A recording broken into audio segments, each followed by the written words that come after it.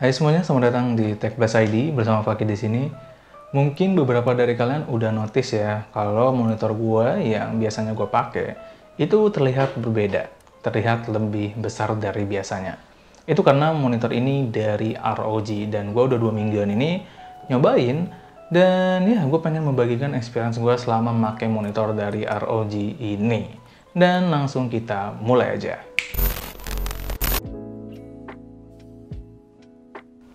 So, yang akan kita bahas ini adalah Asus ROG Swift PG32U Key, sebuah monitor gaming dari Asus ROG. Kita akan bahas dulu apa aja yang akan kita dapatkan. Selain menu utamanya yaitu monitor itu sendiri, dalam paket pembeliannya kita akan mendapatkan color pre-calibration report, ada face mount kit, kertas-kertas dan juga stiker, lalu banyak sekali kabel yang akan kita dapatkan. Di sini ada USB, HDMI, DisplayPort, lalu ada power adapter dan power cord. Nah, untuk power cord atau kita gampangnya nyebutnya ini pala colokan, di sini kita dapat beberapa tipe. Tapi ya ujung-ujungnya kita harus beli tambahan karena kita rata-rata menggunakan tipe yang ini.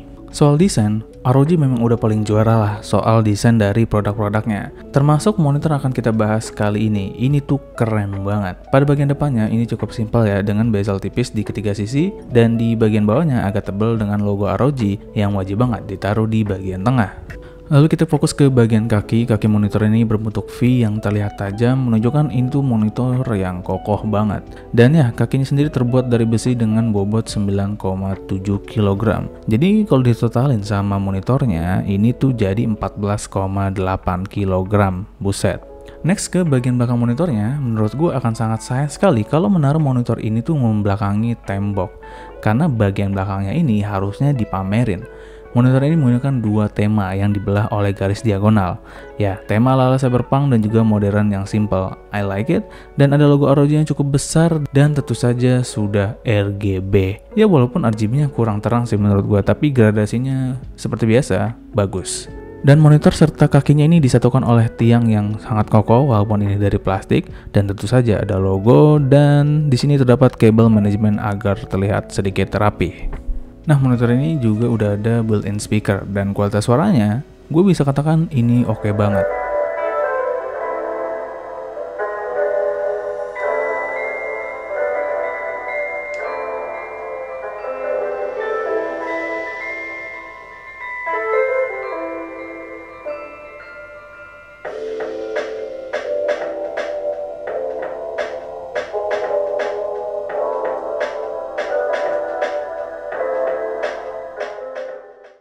Nah, sekarang kita bahas I/O portnya. Di sini ada satu DisplayPort 1,4 DSG, lalu dua port HDMI, dan juga ada dua port USB-A 3.0, satu port USB 3.0 juga, dan satu input jack 3,5 mm. Jadi lumayan lengkap ya.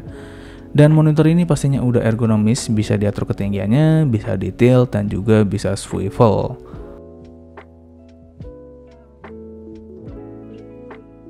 Nah, untuk fiturnya ini menarik banget. Resolusinya udah 4K ya, menggunakan panel IPS. Untuk para konten kreator, monitor ini juga sangat cocok bagi kalian karena color gambutnya gokil nih, 160% sRGB dan 98% DCI P3. Dapat VESA Certified Display HDR 600 dan Quantum Dot Technology yang tingkat akurasi warnanya itu dideliver dengan sangat baik pada monitor ini. Untuk para penikmat film ya, pengen nonton menggunakan monitor ini udah enak banget ya karena udah support HDR10. Mata kita juga akan tetap merasa nyaman menatap monitor ini yang mungkin dengan durasinya cukup lama karena ada blue light teknologi dan juga free flicker technology.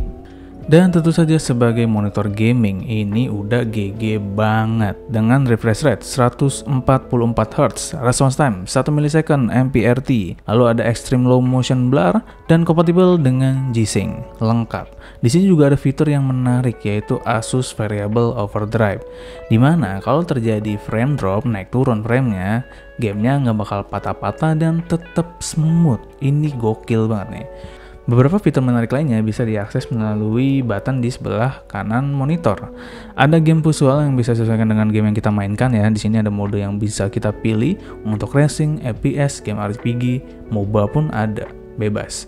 Lalu ada Shadow Boost juga yang bisa nerangin daerah yang gelap, dan tentu saja ada Game Plus yang membantu kita meningkatkan skill gaming. Selama pakai monitor ini selama 2 mingguan, gue sih seringnya untuk ngedit dan nonton aja sih. Dan tidak ada keluhan, ini tuh enak banget. Akurasi warnanya gokil untuk ngedit. Dan untuk nonton gue dapat experience yang sangat amat menyenangkan. Nah untuk gaming gue sendiri makanya buat main game The Witcher, yang sebenarnya warnanya agak too much sih. Paling ya saturasinya harus gue turunin, dan karena di The Witcher itu sering masuk ke goa dan gelap banget, fitur Shadow Boost-nya bisa gue manfaatkan, dan ya ini cukup menyenangkan main game The Witcher melalui monitor ini. Dan untuk gaming FPS nggak usah ditanya lagi, udah pastilah jawabannya smooth banget. Finally, untuk harganya, monitor ini dibanderol dengan harga di sekitaran 20 jutaan. Ginjal mulai getar tuh. Tapi ya, dengan harga 20 jutaan rasanya sangat aneh kalau menyesal ya beli monitor seperti ini. Dengan spek apa yang didapat dan juga desainnya yang bagus dan sangat gue sarankan untuk dipamerin. Dimana maksud gue ya jangan dihadapin ke tembok kayak gini bagian belakangnya. Lebih baik ke depan, maksudnya ya biar orang tuh kalau misalnya main ke kamar kalian ngelihat, wah gila monitornya bagus banget gitu. Dan ya itu dapat pride-nya gitu loh. 20 juta itu bisa dapat spek yang bagus dan pride karena menggunakan ROG. Ya, tapi bagaimana menurut kalian? Kalau misalnya kalian punya 20 jutaan lebih dan kalian punya pilihan untuk beli monitor, apakah monitor ini termasuk dalam perhitungan kalian? Coba tuliskan aja ya pendapat kalian langsung aja di kolom komentar. Dan selama 2 minggu pakai ini ya gue benar-benar menikmati main game, untuk ngedit juga mantep banget sRGB-nya. Dan ya paling yang gak enak itu setelah menggunakan monitor ini sih, karena ya nanti kan harus dibalikin juga dan downgrade, sehingga ya mata gue harus beradaptasi lagi sama monitor gue yang lama itu, dan itu butuh waktu loh. Waktu ke LG dan ke Samsung itu aduh sakit mata gue. Ya udah, itu yang harus diterima sebagai seorang reviewer. Ngapain jadi curhat ya? Tapi itu aja untuk video kali ini ya. Terima kasih telah menonton. Mohon maaf bila ada salah kata atau penyampaian gue yang kurang. Kalian bisa langsung koreksi di kolom komentar. Dan like jika kalian suka video ini, dislike aja kalau kalian gak suka, dan share video ini karena video ini sangat berguna bagi nusa, bangsa, dan alam semesta. Dukung terus channel Tech Blast ID dengan cara mengklik subscribe dan aktifkan lonceng untuk mendapatkan notifikasi seputar video terbaru dari Tech Blast ID. So, sekian dari gue Fakih, dan kita akan bertemu lagi di video berikutnya.